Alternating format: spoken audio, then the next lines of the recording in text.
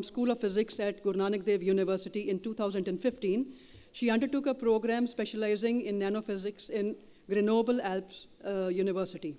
So she has also been awarded the Initiative of Excellence IDEX Scholarship for the academic session 2016 and 17.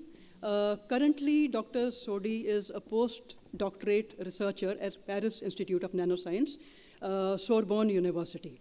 So now the moderator, Dr. Sodhi, is here by my side. So she'll take over from me and she'll introduce the panelists to, and also invite them on the dais. Thank you all. Please. Thank you so much, Kiran ma'am. Hello, everyone. I hope you had a very nice lunch. Now it's time to wake up.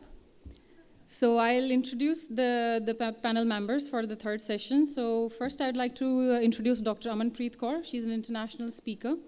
Dr. Amanpreet Kaur, please. So she's a visiting research associate at Oxford Brookes University, Oxford, United Kingdom.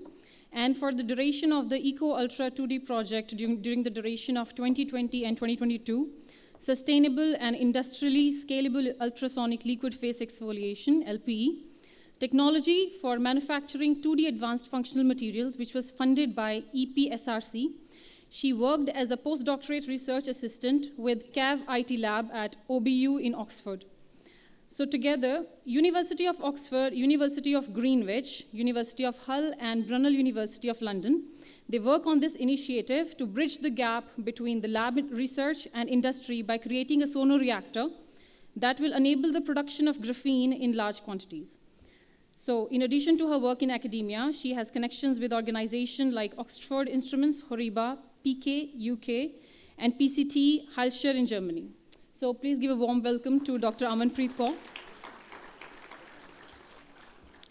Next, we have a national speaker with us, Dr. Kavi Arya. Dr. Arya is a professor of computer science and engineering at the Indian Institute of Technology, Bombay. And he did his BSc in honors in computer science from Imperial College of London, and MSc PhD in computation from University of Oxford. In 1888 and 90, he worked at IBM T.J. Watson Research Lab in New York with the Animation Workstation Group. He worked in various positions in industry, including TRDDC, before coming to IIT Bombay in 2000, where his first job was a program coordinator of IITB's distance education project launched by Professor Deepak Phatak in 2000.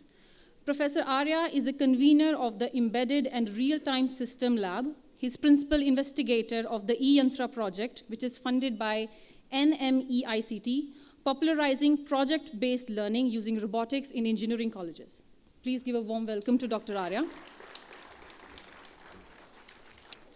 Now we have another national speaker, Dr. Madhukar. Dr. Madhukar is a practitioner and leader in EdTech with proven record of driving innovation and disruption in education sector through technology. He's part of CSR programs for academia team at IBM India Private Limited as program manager. While settling across few milestones and receiving accolades, in his different roles at IBM, he has worked across many technologies, including cloud, blockchain, Internet of Things, data science, IBM Watson, and contributed to ecosystem development with stakeholders from SIVs, startups, and academia. He represents IBM in various forums as technical expert panelist on various technology areas, advisor to few incubation centers, including GNDU, and startups, and an expert on curriculum design and part of many academic council and board of studies at various academic bodies, universities, and many more. Please give a warm welcome to Dr. Mani Madhukar.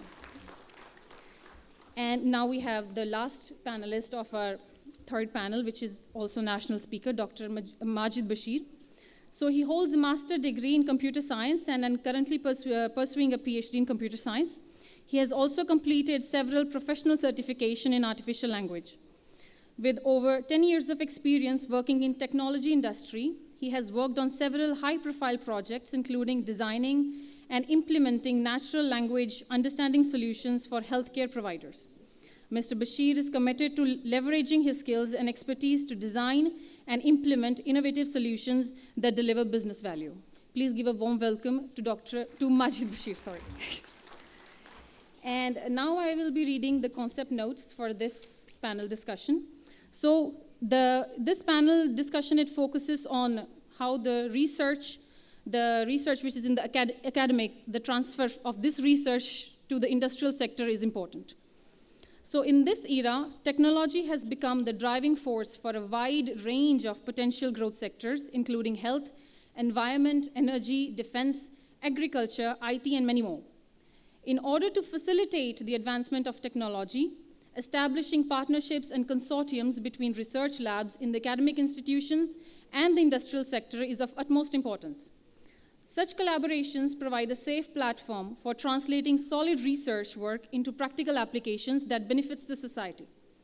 So bridging the gap allows the industrial sector to benefit from the raw knowledge and innovative technology developed in the research labs and to channel the commercialization of products and services that require financial support and market visibility. In addition, it increases the global economic value, creates job opportunities, and is highly lucrative and rewarding for both sides. According to a recent report by the Confederation of Indian Industry, CII, and Deloitte, India is one of the top 5 non-European countries collaborating with European Union in research and innovation projects. This long-standing partnership has been further strengthened by initiatives like the EU-India Joint Innovation Partnerships, the 2020 Horizon Program, and the academic industry consortiums like Indo-German Science and Technology Center, which was launched in 2010. In terms of specific numbers, a report of the European Union Science and Technology Cooperation Database indicates that between the year 2000 and 2021, there were a total of 1,098 joint research programs which were established between India and the European Union in the field of biotechnology, renewable energy, nanotechnology, clean energy, and environment. Moreover, due to its vast pool of skilled human resources and low operation costs, India stands among the top 5 countries to forge strong academic industrial collaboration with the United States. In addition to establishing international relations, Indian government also launched the Startup India initiative in 2016, which is one of the most promising support programs to initiate and encourage technological transfer from academics to the industry. Several IIT centers in India have benefited from the Startup India seed funds and have established multiple startup incubators to develop innovative solutions, provide mentorship, as well as networking opportunities. Guru Nanak Dev University also set up an incubation center called GNDU Innovative Hub with the help of Startup India initiative and has signed MOUs with global industrial platforms such as the Biocon Biologics and Eureka Forbes to develop technology and solutions in the area concerning healthcare, biotechnology, and water purification. However, setting up such elaborate networks and platforms for the distribution and protection of intellectual property is very tedious and complex. The biggest challenge, it lies in identifying the technologies that have a commercial potential and then laying out strategic business plans in order to support the entire system. Another challenge lies in finding a middle ground of interest between the academic and the industrial sector for a mutual benefit. Considering the ever-increasing demand for establishing academy-industry tie-ups, more scientific platforms and programs are required in order to keep up with the technological advancement. And the Y20 event is an excellent platform to raise such current global affairs and to initiate a healthy dialogue among the panelists on the importance of technological transfer. With this background on the sub-theme, now let's start with our discussion of today.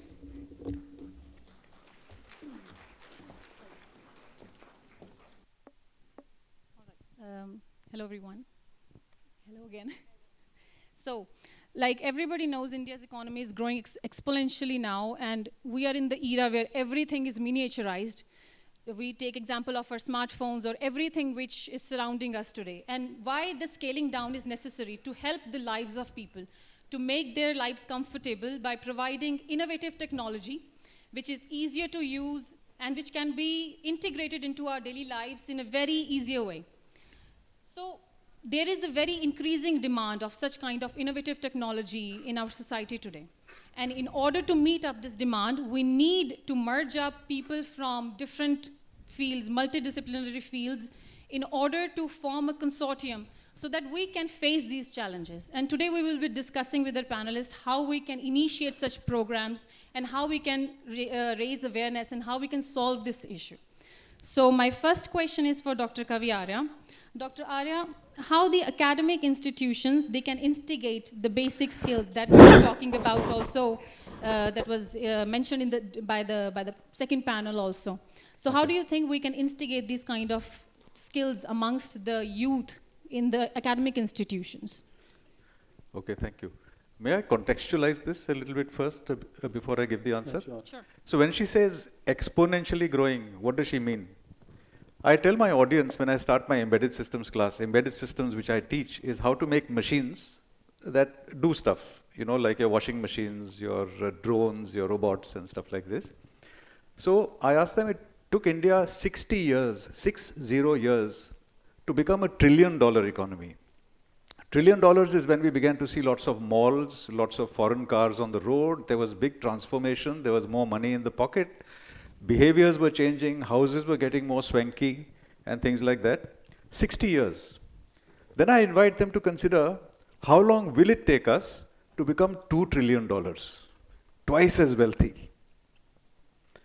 So perhaps one or two people here can volunteer. How long will it take us to become twice as wealthy? What took 60 years, twice as wealthy? 6 years.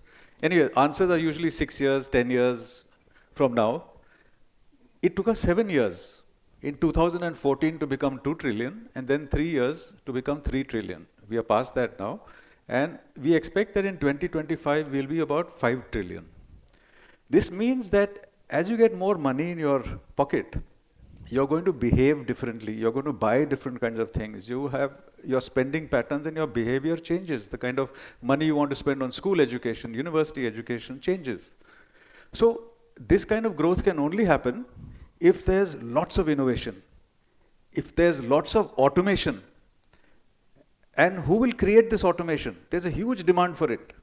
Who will create this automation? Anything you buy from abroad, if you make it locally, it'll cost 1/10 if you make it locally. Why are we not doing it? I think that's what the discussion is all about, right? Okay. Innovation in this context. So if you just reframe that question to me about academia.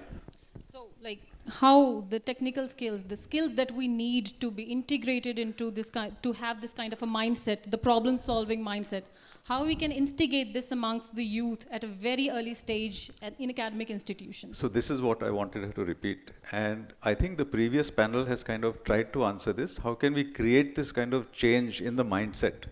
It's a mindset change because we are still living in a kind of a colonial hangover, which is no different from the rest of the colonies of the British Empire, like in Africa or Southeast Asia and so on. We've not been trained to think of ourselves as innovators and inventors. So when you want students to do startups, where do they start? Right? So we began to get glimmers of an answer, like Mr. Shah said. First of all, big companies will never make change happen. They will never address the problems of the economy. They are there to sell their stuff and to answer to their shareholders. Millennials, fortunately, don't have this legacy of the past, they also notice that there's a need for a platform to make, things change. Mr. Bansal said that AI won't destroy jobs and the students need to contact the world by getting out of the campus. So our answer is, how do you get students to discover a passion? How do you get students to discover compassion? Because unless you want to help society, you're not going to do anything about it. And what we want to do is change the mindset of these students to become problem solvers. Right? At the moment, they have a job mentality, join another business, as one of the panelists said. So we need to create more entrepreneurs. If not entrepreneurs, at least people who are entrepreneurial. An entrepreneurial person is someone who doesn't need to be micromanaged, do this, do this, do this. Right? They will find a problem and solve it for you. Right? So we need to do that. Something else that our society doesn't train us to deal with is failure. Failure is something disastrous in our society. That's why people don't want to fail. They don't take risks. And I was learning at an investment seminar recently that nowadays it is more risky not to take risks. So I will say that what we need to seed in our students is an attitude of risk-taking, and we as seniors should allow them to fail, and they should realize that when things fail, it is not the individual that has failed, but it's the idea that has failed. Maybe try a new idea, right? So I'll go deeper than just technology and say that we need to seed a mindset in the students of being more adventurous and entrepreneurial and self-learning. Self-learning is extremely important. I tell faculty, look guys, they can just go to Coursera or NPTEL and take the lectures there, and they're much better lectures. So how do we as a faculty body deal with this kind of stuff?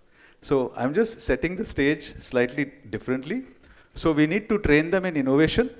So the education might come from outside, but we need to create an environment where we engage with industry, getting problems into the campus, sending the students out to industry, let them see what real problems look like, and let them discover a passion, a compassion to make innovation happen. And then all these things that we are talking about, nanotechnology, nanoscience, embedded systems and all that, will emerge from the problems that they want to solve. I think this is long enough, right? Okay. You can continue if you really. No, I'm done. So, yeah, I totally agree with that, that exposure is really necessary. Like coming up from a very small town, studying in GNDU and going abroad, getting that kind of an exposure has really helped me, and that has put me back to this stage. That's what Dr. Arya is also saying about that exposure. Either it's, even if it's international or national, interstate, or whatever kind of exposure the youth is getting, just take the opportunity and expose yourself to the right kind of exposure. Build up from, like, don't be scared of failure. You will try, you will fail, then you will learn from your experience, then you will retry again, and one day you will succeed. And that's what we are looking for. That's what we want to instigate in the youth. So that's the mindset that we want to establish amongst the youth today. And when we talk about nanotechnology and the semiconductor industry that is prevalent today, Dr. Amanpreet Kaur here is, she's a nanotechnology researcher in Oxford. And she, I think she has very interesting perspective to share with us, like how nanotechnology can help with this initiative to transfer this kind of technology from, what kind of advantages it will bring to the society, or what kind of help that we will get in order to pursue in this direction. Thanks, Tanbir. It's really a very interesting question. I would like to start a bit more about nanotechnology, that what is its role, that what we are all doing on this platform.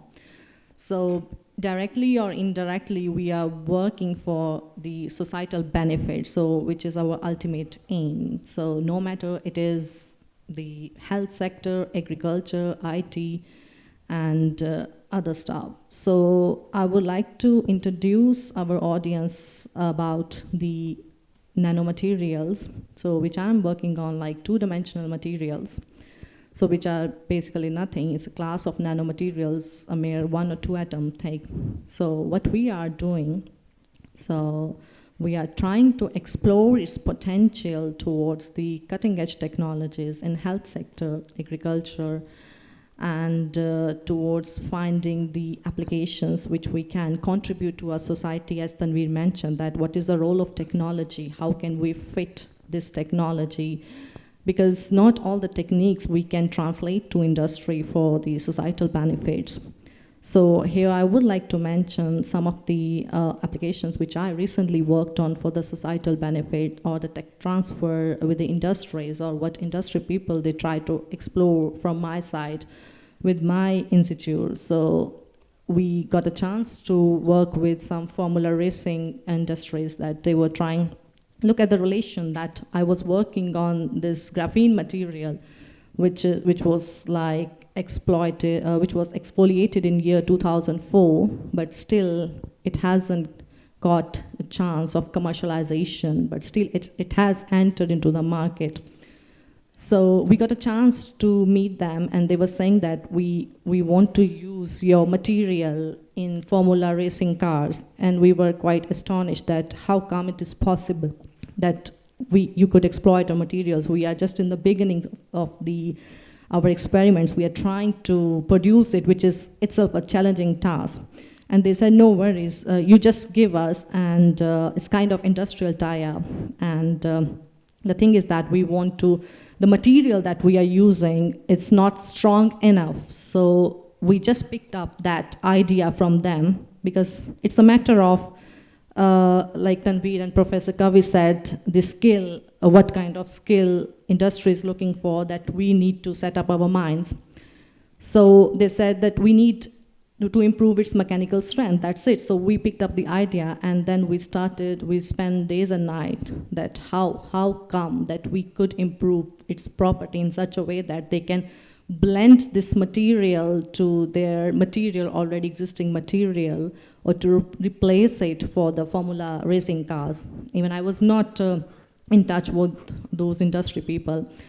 And then we spent midnight oils, and then we started working, and then give them material. And then they said the biggest challenge was in front of us, that when we provide the material, so they said, no, this is not the case this is not a requirement, that we need material in a bulk amount. So that was another challenge in front of us, that how we can produce in a bulk amount the material which itself has a potential of only micrograms or few micrograms on a lab scale. So then we just try to, figure out the things, that how can we manufacture this material on a lab scale to meet the standards of industries and all the commercialization things. So all in all, I would say that we tried, and we are still trying to meet the industry requirements and the standards, as in accordance with this question, that how this technology or nanotechnology can fit with industry. The only thing is that we need to liaise with industry partners, we need to invite them, we need to be in touch with them. What are their basic requirements? Because ultimately, the device or any kind of application that will come out from the industry.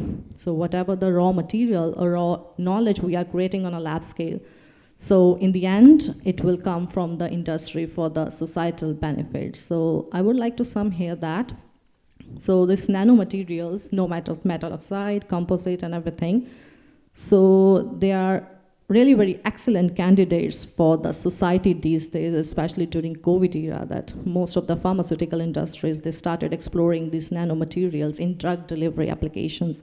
I think Professor Maajid can comment on that, because he is expert in that. So that's my viewpoint on that role of this nanotechnology in how do we see the things, and how do we see the problems, and how we make the things happen. Yeah. Thank you, Dr. Aman. Definitely, Dr. Maajid can definitely add up to it, because Dr. Maajid he has a first-hand experience working with industry and academics at the same time. So he works with nanotechnology and is interlinking that to artificial intelligence. So we would like to have your point of view on that. Thank you, Tanbir. As I'm coming from the industry, I must say that this nanotechnology and industry 4.0, these are two distinct but complementary fields that are transforming the way we think and live. As I can say that AI or industrial 4.0, I can say that whenever I am talking about industrial 4.0, that means that we are using an advanced technologies like AI and IoT in machines and in devices. So I can say that lot of research is nowadays. Lot of research is going in terms of this technologies like nanosensors and drug delivery systems. If I can use an AI for analyzing the data that I can receive for the nanosensors, from the nanosensors, I can use that data to analyze and to detect the patterns and the relations that are indicative of the disease. Or I can give an example. What we usually do, we train a model. We train a model to recognize molecular structures of the respective diseases.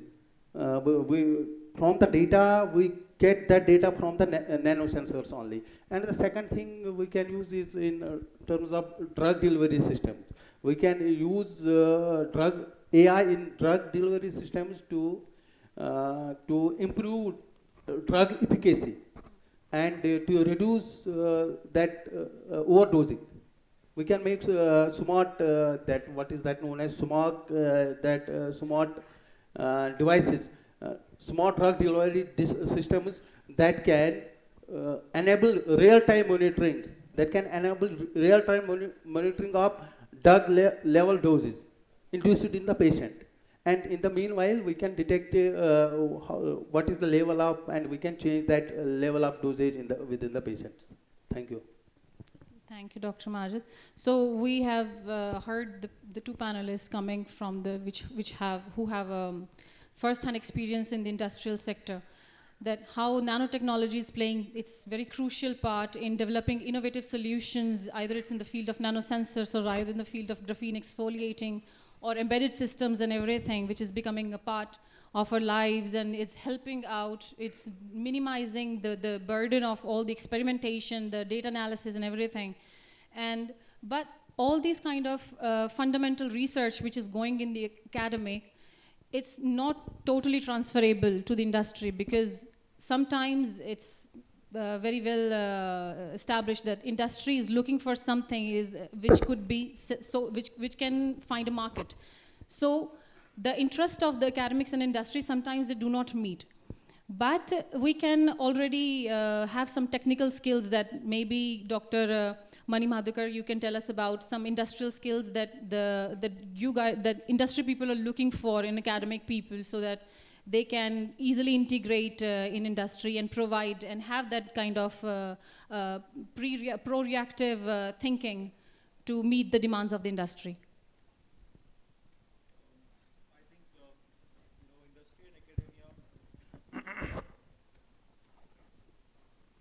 Well, I think, both of them go hand in hand. They're all complementary to what they do. See, I'll give you I'll draw it from where Dr. Maajid, sort of was talking about. Now, when you were talking on creating models, training models, right? And you had some data set to actually work on the model, right? How much time for you it took for you to create a model which could deliver an optimum performance? Basically, it is not the time, the thing we are doing. The main problem with us is that in the data collection. Our data collection is the main part which we are getting the problem in that. And in finding the optimized solution to the model, I think it takes 1 year or something like that. Okay, hold it there, right? Hold it. That's what I wanted to hear from him. So he just said, from the data set stage to getting the optimal model, it took almost like a year for them, yes, right? Yes, yes. So what all steps would have gone into it? If we go back, we try to understand, he would have actually put that data to various machine learning algorithms, right? Yes, yes, yes. He would have actually tested them with various algorithms, tried to see what's the accuracy and how do they really fit into the real, world scenario and all. Even right? before fitting to the machine learning algorithms, we are doing analysis of that data. Of course. Then we do pre-processing. That is fine, yeah. So you do the data cleansing and all that part. No, fitting to a model is a little part. In this data science world, fitting to a model is a little thing. The main part is doing data analysis, and after that, data pre-processing. Right. So how if I say that this process of a year that, which basically went into, that could have been considerably reduced by a lot of industrial tools, technologies, I can give you a small example. So today we talk about a lot of low code, no code platforms in terms of getting started, particularly with AI ML implementations that we are talking about here, right? I'm not sure how many, of here actually leverage those, but there are certain applications where we call them as AI for AI, right? You're using AI for actually doing whatever you want to do in the AI. Yes. So what that really helped you is, the way they help you is, you actually put the data set, whatever you are working, trying to work, you bring in that engine, which will try to put that data set across multiple machine learning algorithms on its own, without you actually encoding, without you actually playing, without you doing the data cleansing part and the data analysis part, which is talking about, which took a considerable amount of time, right? And then that engine comes to you and tells you, okay, these are the top 2, top 3, top 4 machine algorithms that would give you an optimum result, right? Yes. So out of those maybe 30 plus classification or regression algorithms, you're actually working only with top 2 or 3 algorithms which you have to focus on now. And then from there you build on that, you use all those ensembling techniques, so you bring in the feature engineering, all of that you can do hyperparameter optimization on top of it. The point is, this considerably reduces the overall go-to-market time, which is really critical, not just for a researcher, but also for industry to go and go out to the market. Now, the basic gap, if you see here, is about the skills that you inculcate while you do a research, right? Now, that's where a lot of organizations, including IBM and many others, bring in a lot of tools and courses across, for upskilling, reskilling the people in academia, particularly the researchers in academia. So I can give you a small example of IBM Skills Build, which is basically a platform for developing skills across, security, data science, AI, cloud, and even many more, right?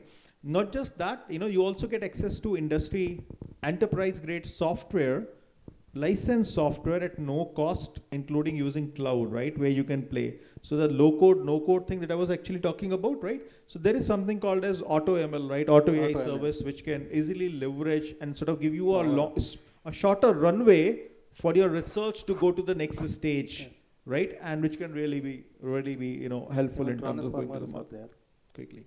So that skilling part is really key. So that's the gap which we are looking to bridge in terms of offering the courses to academia. And these courses are from varied, there are foundational level courses, there are intermediate level courses, advanced level courses. So depending upon where you want to start, right, as Dr. Arya was talking about, you need to have a broad horizon. You need to understand the use cases. You need to understand a particular technology, how is it being leveraged in different industries, like, what Dr. Aman was talking about, right? The use cases, the implementations. Once you have that application knowledge, it'll make you more interested in going deeper into and seeing where you can fit that technology in your own things around you, right? You need to solve a problem around you to make that real impact and to learn the technology. So I guess that answers the question. Yes, sir. We will also be moving on to Dr. Arya to continue with this discussion. We would like to know from a point of view of academics, like how we can instigate this kind of skills that the industry is looking for. Like, should we change the curriculum, as our Minister of Education also mentioned that the curriculum is very outdated and we need to move. We need to progress with the upcoming challenges and everything, that we need to make a lot of innovative initiatives that we have to take at the very early stages, whether it's in the school or whether it's at the middle schools or at the university levels also. So maybe we can have your point of view about that. Okay. Now this is beginning to take some form. So basically we have problems out there which can be entrepreneurship opportunities or research opportunities which can create something new to solve a societal problem. Then we have the raw material here, which is the students. And what we are talking about is how to bridge the gap between the two. What Madhukar has mentioned is that it's a slow process, in the sense that if you have a problem out there, jhatke mein se it won't get solved. Yes. There's a painful journey which is very failure prone, right? So you need a certain mindset to kind of a problem solving mindset. And we don't train our students to do that. I mean, almost every student that you see in most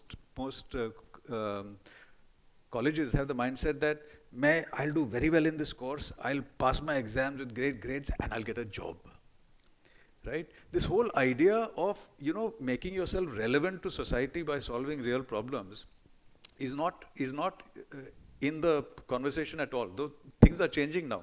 So how do we retrain this mindset to actually solve these problems? So the answer is, bring problem solving as a first-class citizen into the higher education system. It's not there at the moment. And we are all talking about changing the higher education system and all that. Change takes a long time because everything is centrally governed and all that here. You have a few autonomous universities, increasing number, they can change the curriculum, but for that you need the right kind of faculty. The faculty are also kind of, used to doing things in a particular way. So we have a suggestion. I run this project called E-Yantra, which engages with large number of students. So we are outside the the higher education system. And so we feel that we complement them because we are like a skills university. We train the students in all the stuff that they need to get jobs and to do startups, right? Aside from their normal university education. But we are inviting universities also to work with us now. So the formula that we have in mind is, in the very first semester of the first year, a student should do something like an engineering exploration course, where they should be given a small problem to solve, where they have to use equipment, embedded systems, microcontrollers, solve it. And from there, you can select kids who are more problem-oriented. Then you tie up with local industry and get their problems from outside and break it down. The job of faculty is to take a big problem, break it down into small, small chunks, which can be course projects, which can be BE projects and capstone projects.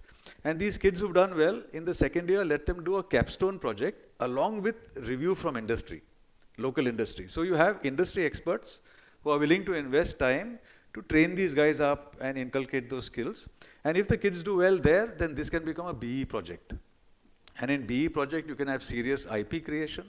You can crack a real problem out there. You could get a research publication or whatever. So this mindset needs to change by bringing problems into the higher education system, right? Until that happens, nothing is going to change. And one more thing, all these AI and all that means the conventional kinds of low skill, Ghodagiri jobs are going to disappear. Because they'll be chat GP-fied or they'll be sort of med GPT-fied or whatever it is. So we have to think of ourselves as more creative people who can find interesting new problems to solve, right? So we have to create a mindset. Because the economy is growing so fast, there's lots of opportunity, but you need the right mindset. And that mindset can only happen when we start training students in a different kind of way, encouraging them to take risks. Which I'm seeing incidentally more and more of, because we have this big startup initiative and this and that. But it's a great start. But we as elders in the society need to encourage our kids more, right? So we made a start and it's going to get there, but it's going to take time. But we need every single idea that we can think of, because demographic dividend, 50% of the population, at least in India, is below the age of 29, right? And this can become a nightmare if they don't get jobs in 5 or 10 years' time. So we need a very urgent mindset in society, in government and all that to make these changes happen. But first, we need to kind of retrain our teachers to deal with it. That's my answer to this, long answer to this short question. Thank you very much. Sure, you can add I would like to a bit more, just tiny bit. Thanks, Professor Kavi. So maybe the things I'm going to share, maybe it's beneficial for our students or professionals working here. Professor Kavi mentioned the skills, right skills for the right job. So the thing is that in abroad or maybe in India, so whenever you apply for jobs, they will never look at your long CV. So they will only ask you 3 questions: that are you a problem solver? Are you a critical thinker? Or do you have a proactive approach for solving the problems? And last, are you able to work independently? These are the 4 sets of questions they will ask, and they will never look at what's your background and what you were doing, because that is the thing. Let's say I would like to apply for the material analyst job, so which is just right after graduation. The only thing is that we people, and including me when I was doing bachelor's, we people lack awareness here. Let's say if I'm expert on XRD or HPLC or other techniques, chemistry people, they can relate this stuff. So even if I can get just a little 1 month training or hands-on training on this equipment, then I can just write, I have hands-on skill on this instrument. So what I'm going to get? In India, my mindset will be, oh, I need to do my master's, then I will do MPhil, maybe I will do PhD, maybe I should get more degrees to get a well-paid job. But it's not true. The only thing is that we need to set our skills according to the requirements, then we can enter into system, then we explore the system, then we can progress in industry or in any company. So I think that's the thing that I have experienced. So which I was lacking when I was in bachelor's. So that's the thing that I think that should be shared among the student, that right skill for the right job. Definitely. So I then mean, we there will was- not be lost in anywhere. I guess it makes sense. It does. There was another panel who suggested all the youth to have this kind of a clarity from the very beginning, to be focused on where they want to go, where do they stand in the society, what benefit the society can get from them. Me, I got this clarity when I finished my master's here, and I was looking at what am I going to do after this? And I looked at the market, and the market was all about nanotechnology, semiconductor industry. And after that, I was like, okay, so I'm going to do a master's specialized in nanotechnology. And then I continued in the field, and I started getting more exposure, more industrial experience at the conferences and the consortiums. And then you work in a very international environment. You talk to other people. You investigate on a higher level. You broaden your perspectives also. So you get that kind of a clarity. I got that kind of a clarity way afterwards, and now I'm kind of clear about what I want to do. But the youth here, they should be clear about what their goal strategies are. They should be, very well focused on where they want to go from the very beginning. Yeah, they should be well focused, and they should have a clear picture that what they are going to do. It doesn't matter that you actually need to do masters. I believe that. Sometimes maybe or maybe not. If you are very well on hands-on skill, then you can be like material analyst, quality analyst, material scientist. So I think so, yeah. With the changing curriculum, where they're adding more and more programming-based courses in the curriculum, the fundamental things are changing, because when we were in the university, we hardly had any courses on programming, but now it's a part of the curriculum. Yeah. It's developing the skills of the students at the BSc level or at the master's level, so that they get prepared for what's coming for them in the future, what the industry requires. To engage the bachelor students with the industry partners, or invite industry people to the university. Yeah. As I'm from the industry, we are looking for the people who can think they can think, or I can say who can think they can do it. We are looking for the people who can think that they can do it. I am sharing my experience when I was doing I started my career as an data science. We were doing the things like NLP things we are doing using LSTM. Where computer science students may be understand this term. We were doing the things using LSTM and all that, CNN, RNN. Now the world has changed. Now the technology has changed. Now we are using transformers. You must have seen that GPT. Chat GTP is built on that GPT model. Okay, we are using these things now. My only word to you is that people should be ready to think that he has to do, he can do. He should be able to do, because every day, there is change in the technology. What you are being taught in the university level, that is not going to help you in the industry. So every day you have to learn new things. My mindset, I want you to create a mindset that will enable you to learn every day new things. That is my opinion. Indeed. I have a very general question for Dr. Arya and Dr. Mani Madhukar. What are the ingredients of creating a startup? Like, how can you establish a startup? Okay, before we get into that, I'd like to tell you that students today are a lot more mature, a lot more clearer, a lot more agile, a lot more, what should I say, they know pretty well what they are looking to do, right? And a lot better than the people who are looking to guide them, by the way, right? They're doing a lot of things today. So, which is really a good thing, guys. It's always good to be self-driven. You might have seen pre-pandemic versus post-pandemic. Everybody is talking about self-learning, educating yourself. So that's what is going to take you further in your life.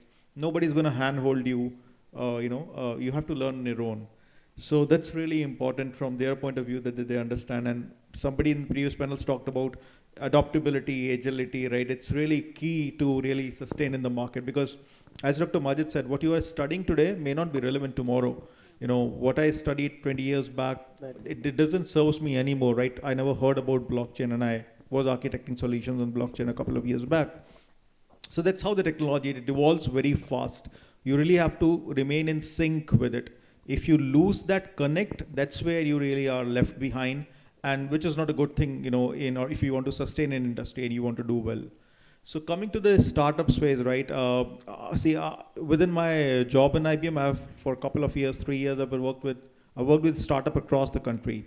We used to have a program we still have a program called Build with IBM, where we support startups who are at different stages, and we help them with multiple things, right? Solutioning whatever they're working on, helping them with architecture, guiding them how to actually go to market, a lot of stuff, right? Including technical, non-technical, both. But the point is, I'm actually a founder of 2 startups myself, right? So I have 2 startups in very different domains. One is in edtech, one is in tourism. So I can pretty well tell you what it takes to be getting into a startup frame of mind. You really have to think different from how others are thinking. You really have to think about problems, solving those problems, or maybe doing a thing better than how it's being done currently, right? So that's the way to actually, I can give you a small example, right? Long back, I was working with a startup in Hyderabad, right? And they were actually working in fintech domain, and I'm sure most people in this room will know about chit funds, right? You heard about chit funds, right? So what's the first thing that comes to the mind when you think about chit funds? Any ideas? Ponzi. Ponzi is scams, right? Absolutely. Wherever you go, you ask the question, that's what you'll hear about. So chit funds became synonymous to that. So this startup was looking to solve this problem, and try to automate in a manner so that people may not be able to fudge, the process of chit funds and putting all those stuff. So see, the problem was existing. People were trying to solve it in their own ways, right? And they were also looking to have a solution. What a company like IBM sort of went into and helped them do was create a solution with some amount of technology which can really take care of the basic problem. And today, that solution is now adopted by multiple states, including Telangana, and it's basically even endorsed by Niti Aayog, right? So that's the amount of impact, an industry brings when they collaborate with, startups are very agile. They can do, and as Dr. Arya was talking about, big companies have their own way of doing things, right? So you need to marry the two in order to maximize the outcome for societal benefits, right? And that's where is the collaborative approach of working together lies. So that solution is right now actually live in multiple states, and a lot of people are leveraging that. So startups, you have to be having that disruptive mindset. How can you do a thing differently? How we can bring in more value? How we can solve a problem? And at the same time, technology always plays a backbone into this. So you can't discount technology, right? Experience you need the domain expertise, but at the same time, you'll need people who can help you with the technical aspect of it so that you can give the entire solution a shape and take it to the market. All right, thank you, sir. Dr. Arya, do you? So I was just thinking to myself, we have all these young people here, and I'm sure it will come out in the questions also. We've given them a lot of gyan, high-level gyan, right? But how are they able to kind of adopt it in their own lives? I would say that try in your college, because a college is like a sandbox. You can fail there, but if you go outside, failure is a bit more expensive. In the college, you should do lots of stuff to discover what you're passionate about. You should try and do lots of courses, not only amongst engineering and all that, humanities, history, English literature, and so on. You never know how things will come together. And we often say that, engineering is great to teach you how to solve a problem, but it's more important to know what problem to solve, right? And that's what humanities and a study of history teaches you, by critical thinking and all that. So in summary, college has to be a time where you try and discover what your passion is, which will fuel your career outside college.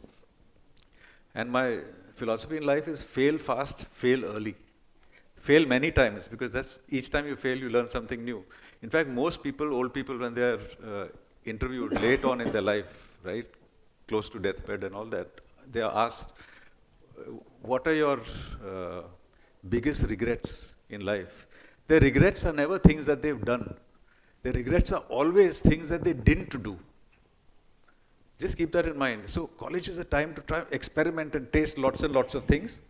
And technology changes, so you should learn how to upskill yourself and learn how to learn. And lastly, I'd like to say that, You know, the people who undertake startups are very similar to the people who undertake research. Because in each case, they are trying to push the boundary. They are trying to discover something new, you know, solve a real problem using technology or whatever it is.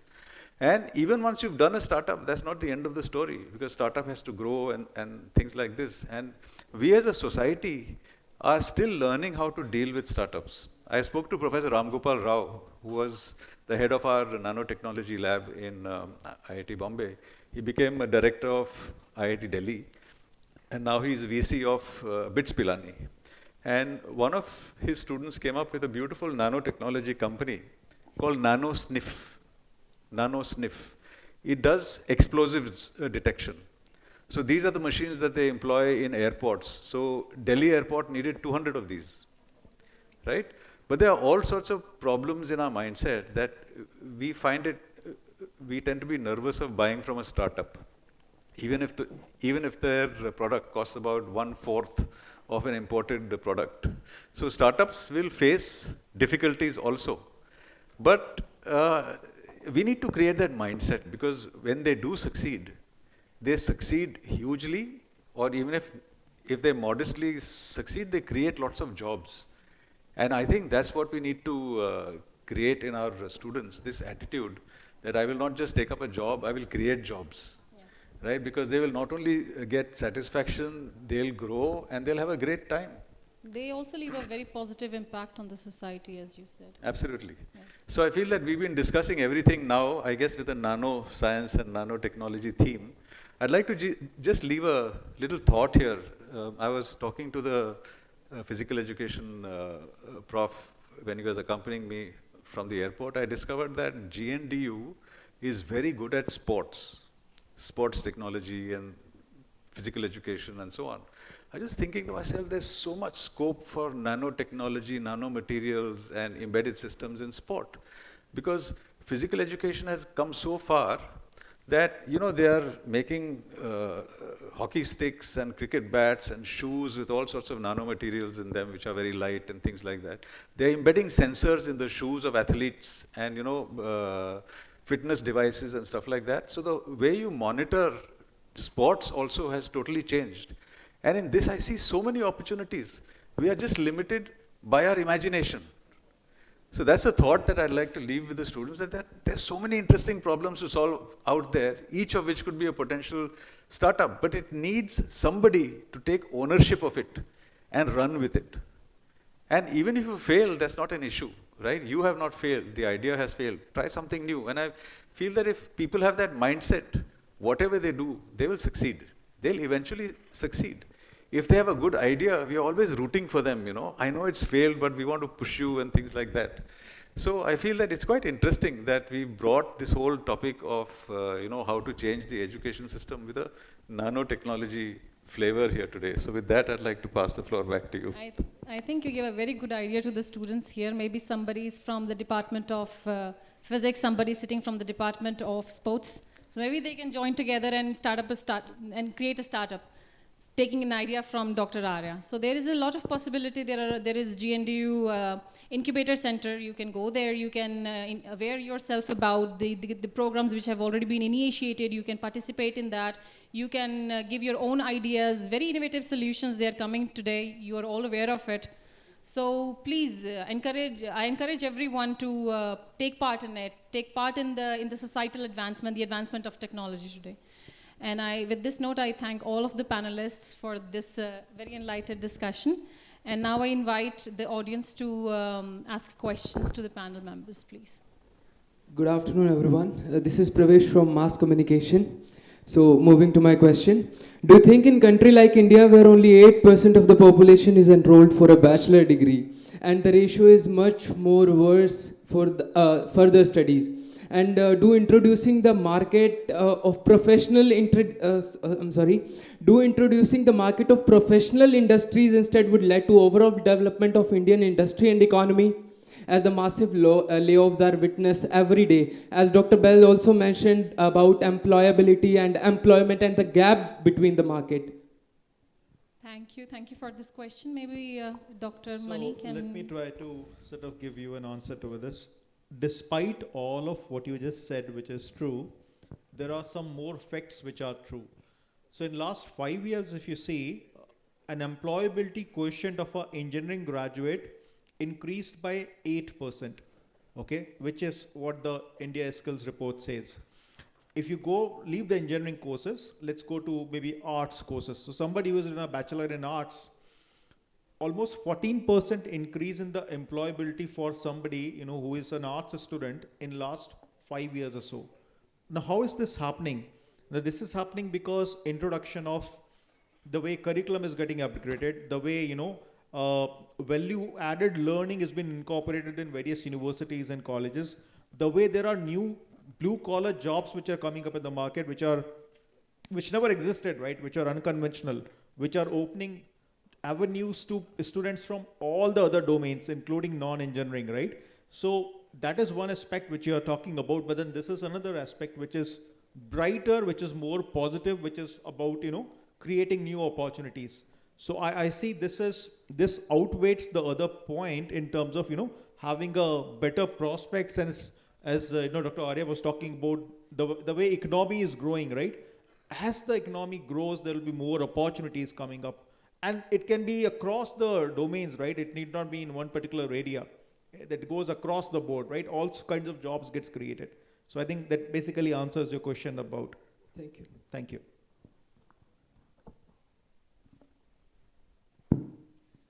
Greetings everyone, my name is Parminder Singh from Mechanical Department. So we all have heard about hybrid fields where two different fields work together. And we all have heard about the cars working with the nanotechnology. What kind of upgrade we could expect in the future with the field of nanotechnology blending with different technologies like mechanical or some sort of engineering? Thank you for the question. Dr. Amanpreet and maybe Dr. Maajid can also add to it. Yeah, so that's really interesting question, that how we can blend two different fields for the to maximize the output. Let's say we talk about like materials, physics, physics plus. So we can create only a fundamental knowledge with physics, let's say fundamental physics with the laws and all that stuff. But ultimately we need some applied physics. Then we need applied, where we are going to apply this rule or this kind of knowledge to create something. We need to blend chemistry into that to make a material science, So like you mentioned, material science, what is this? It's all physics, chemistry, math, and biomedical engineering. So in material science, you deal with materials, looking for the properties. Then you identify that property is specific for that application depending upon their frames and all that stuff. So like you mentioned, different fields, let's say material plus biological sciences. Like Professor Maajid said that about drug delivery system, that we are exploiting the potentials of materials in drug delivery. We are trying to manufacture medicines out of nanomaterials. So we are blending here two different fields. We started with physics, then material science, then we continued to biologically. The same with the mechanical engineering. So mechanical engineering is that apart from all the working system, eventually we need, let's say in automobile industries, that material, lightweight material. So we need lightweight construction material to build that. So what is this material? So we need to find out that material from the sea. You know what I mean? So this is how, because material science is a multidisciplinary field, so it encompasses that, everything with with IT system as well, like with the biomarker detection for glucose detections, like meters and all that stuff in pharmaceutical industry. So it's a very vast field and very interesting field, and it has a very bright future. So, and we are looking forward to it. Thank you, ma'am. And one more thing I want to add here is that you must have seen that driverless cars. What are they doing? They are doing, they are using computer vision with the mechanical engineering people. Computer vision with the mechanical. So we are creating that driverless cars there. This is the hybrid technology we are using there.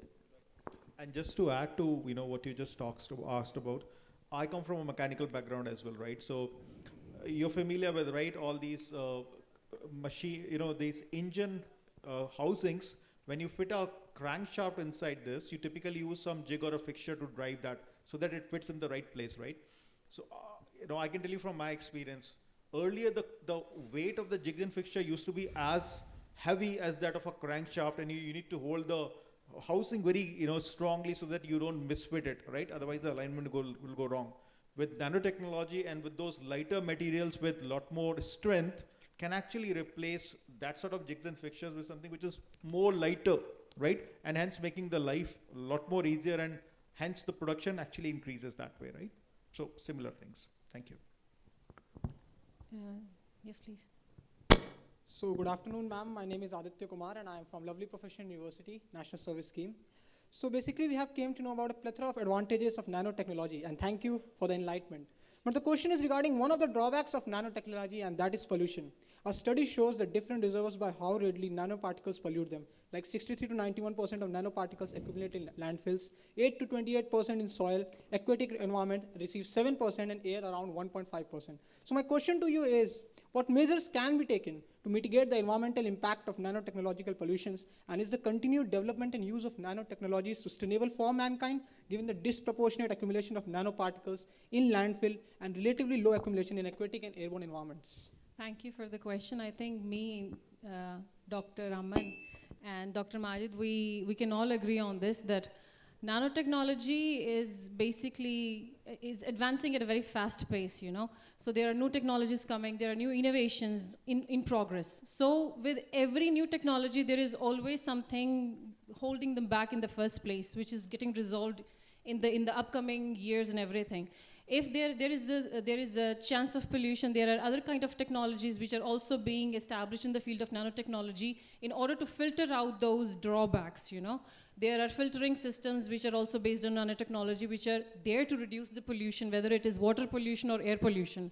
Biomedical and nanotechnology. So biotechnology goes hand in hand, and there are very initiatives that are already been taken, for the purification of water when it comes to nanoparticles and everything.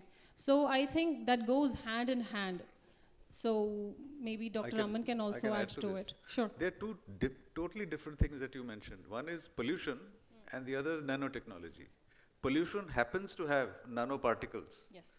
Right? But that's independent of nanotechnology. Even if you didn't have nanotechnology, when you burn gas, you create nanoparticles. Right? When you have them through all the processes, industrial processes, usually it's the flue emission gases and all that, right? Yeah, e-waste, it's not come out of nanotechnology. E-waste is e-waste. Semiconductors use semiconductor technology. Nanotechnology is something which is used to make better semiconductors, right? They're two separate things. What would you respond to that? Yes, I completely agree with you on this point that there are two separate things. E-waste is electronic waste, chips and all that stuff, but they do recycle it to the best of my knowledge. Please correct me if I'm wrong. Not enough.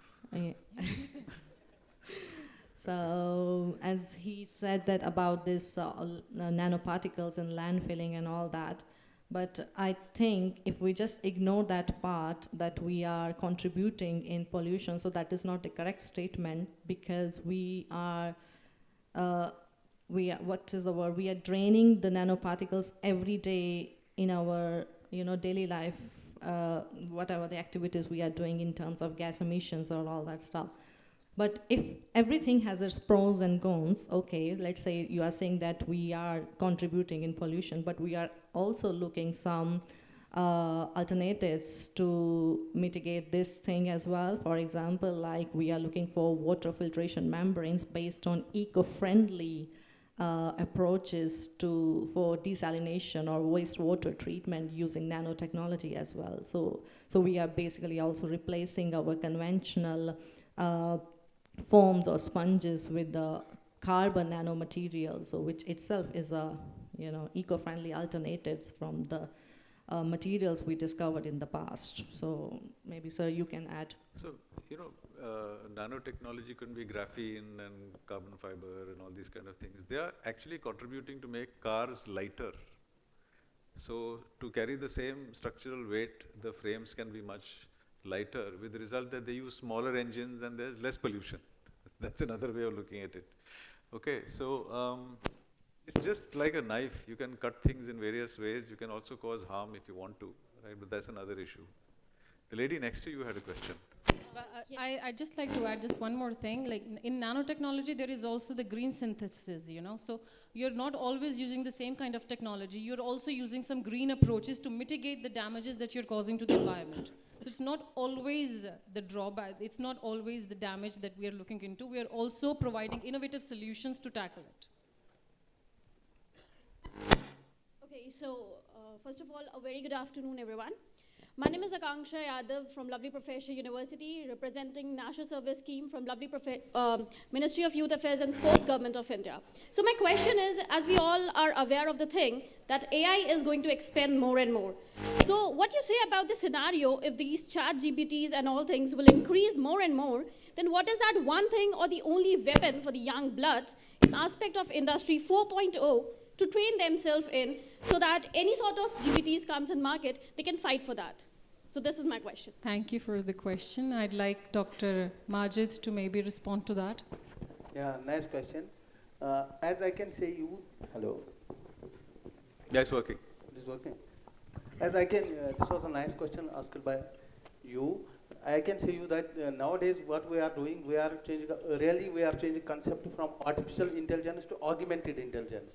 That means in augmented intelligence, what we are doing, we are giving data to our model, and model is giving decision regarding to the data we have trained on. And that data we give to the human to learn whether this model has given the correct decision or not. That means we are going from artificial intelligence to augmented intelligence.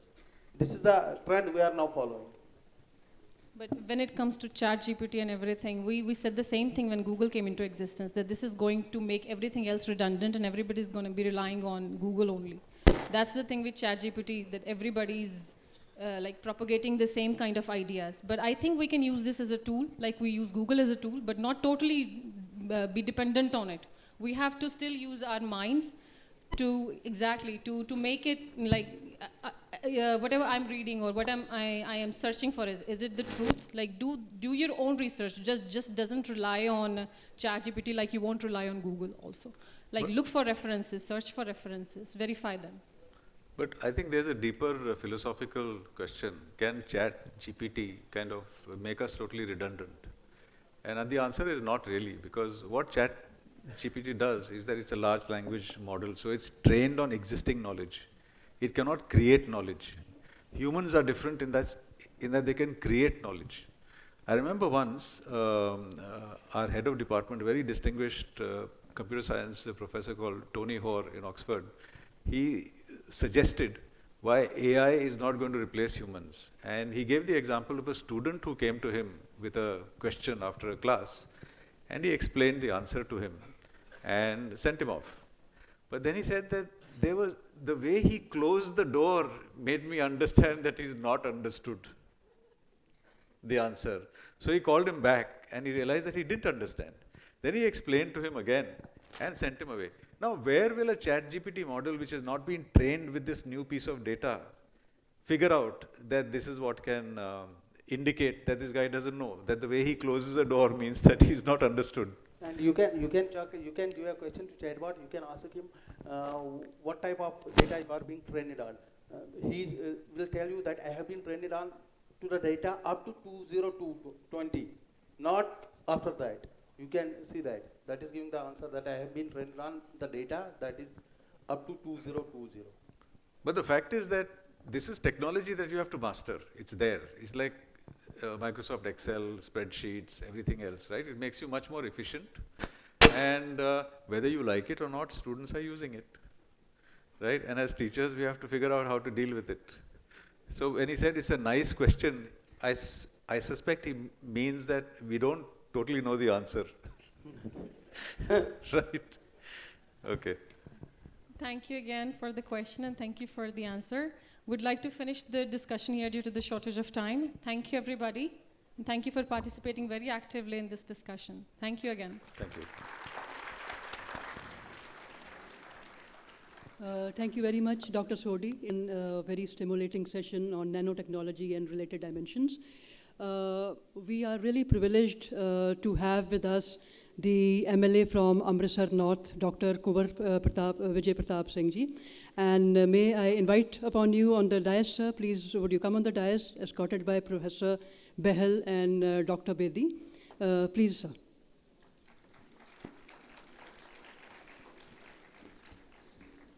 So just to mention for the consumption of the august audience that Dr. Vijay Pratap Singh has a very illustrious career with the Indian police forces, and now he's serving the city in his capacity as the MLA of Amritsar North.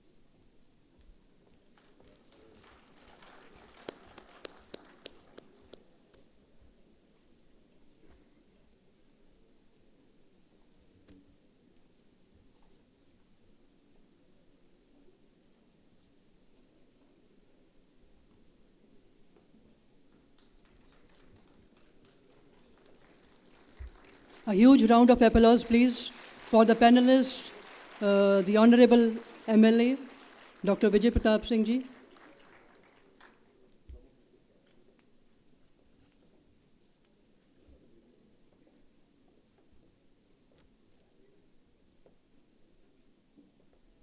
The Fulkari is as vibrant as the colors of the youth of this country. So 3 cheers for the youth of this country as well. You are the torch bearers. 3 cheers for you.